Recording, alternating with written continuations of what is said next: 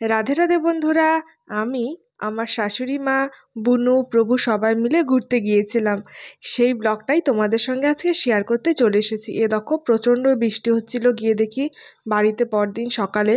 আর আমার ইচ্ছে হয়েছিল খুব কচুর শাক সেবা করার জন্য, তাই মাকে বলেছিলাম। মা কচুর শাক তুলে এনে দিয়েছে আর প্রভু সেটা বানিয়ে দিয়েছে। আর রান্না করেছিলাম শুক্তো, করলা ভাজা, আর এই কচুর শাকটা ভাপিয়ে নিয়েছিলাম। আর করেছিলাম ডাঁটা আলু দিয়ে রসা। এদিকে অন্নও বসিয়ে দিয়েছে।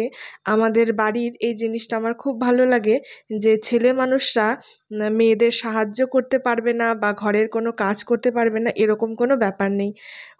আমার প্রভু আমাকেও যেরকম সাহায্য করে, আমার মাকেও, মানে শাশুড়ি মাকেও সাহায্য করে। এই ব্যাপারটা আমার খুব ভালো লাগে। আর এই দেখো আমরা তৈরি হয়ে নিয়েছি এখন। এই যে মা, বুনু আর সামনে প্রভু, আমরা এখন বাসে করে যাব। স্কুটিতে তো সবার জায়গা হবে না, তাই আজকে বাসেই যাব সবাই মিলে। আর চলে এসেছি। এই দেখো, মাকে অনেকবার বললাম চলো মা সিনেমা দেখি, কিন্তু মা সিনেমা দেখতে রাজি হলো না, যেহেতু হিন্দি ফিল্ম সেজন্য।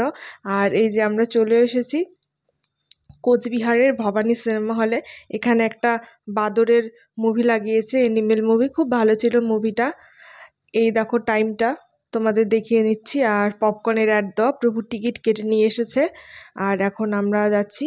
এই কাকুটা আগে আগে গিয়ে আমাদের রাস্তা দেখিয়ে দিচ্ছে, আর আমরা পিছিয়ে পিছিয়ে যাচ্ছি। ভিতরে তো প্রচণ্ড অন্ধকার।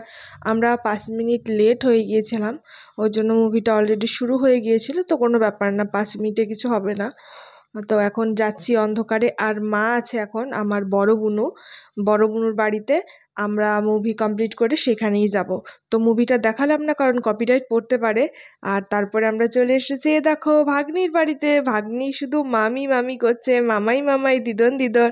কত খুশি, মামার কোলে উঠে একেবারে নাচ আরম্ভ করেছে দুই মামা ভাগ্নি মিলে। আর মা এদিকে প্রসাদ তৈরি করছে, মিষ্টি নিয়ে এসেছিল, সেগুলোই বেড়ে দিচ্ছে। আর আমার মাথা ব্যথা করছিল, আমি চুল খুলে দিয়ে বসে আছি। এ দেখো আমার মামির গোপাল ভাই। এই মামিটা শুধু গোপাল ভাই গোপাল ভাই করে, খুব ভালো, দেখলেই রাধে রাধে করে। আর এই বয়স থেকে গলায় তুলসী মালা ধারণ করেছে। যখন আমাদের এখানে আসে তখন গোপাল ভাই গোপাল ভাই গোপাল ভাই গোপাল ভাই ছাড়া আরও কিছুই বোঝে না। আর আমরা বুনুর বাড়িতে থেকে দেখো চোরের মতো চুপি চুপি করে বেরিয়ে এসেছি, কারণ ভাগ্নি প্রচণ্ড কান্না করছিল। তারপর টোটো ধরে যাব এখন আমরা ইস্কনে। এটাই আমাদের আসল গন্তব্য ছিল, যেহেতু সন্ধ্যাবেলায় ইস্কনের আরতিটা দেখার ইচ্ছে ছিল, কিন্তু আরতি তো দেখতে পারিনি। আরতি ততক্ষণে শেষ হয়ে গিয়েছিল। আমরা জগন্নাথ মহাপ্রভুর দর্শন করে নিলাম। আমার একটু অসুবিধার জন্য আমি ভেতরে যাইনি, তাই বাইরে থেকেই তোমাদের দর্শন করিয়ে দিলাম। আর এখানে একটু আমরা সেবাও করে নিব।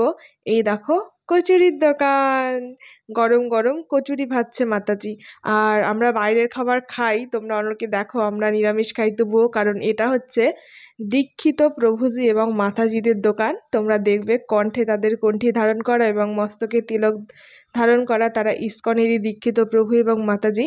তো আমরা বাইরে আসলে এখান থেকেই খাই। এখানে মোমো পাওয়া যায়, কচুরি পাওয়া যায়, ফুচকা। তারপর পাশে আর এক মাতাজির দোকান আছে, সেখানে অনেক ধরনের চপ পাওয়া যায়।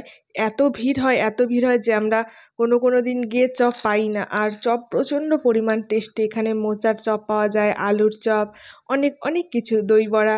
তো আমরা তো সবসময় যেতে পারি না, এই 15 দিনে একদিন যখন বাড়ি যাই, চেষ্টা করি জগন্নাথ প্রভুর দর্শন করে কিছু খেয়ে তারপর ঘরে যেতে। এ দেখো প্রভু মোমো অর্ডার করেছে, আর মাতাজিটা খুব সুন্দর মোমো বানায়। তারপর আমরা সবাই বাড়ি চলে এসেছি। এসে গোপাল সোনার সেবা দিয়ে গোপাল সোনাকে ঘুম পাড়িয়ে আমরাও সেবা করে ঘুমিয়ে পড়েছি। রাধে রাধে, হরে কৃষ্ণা।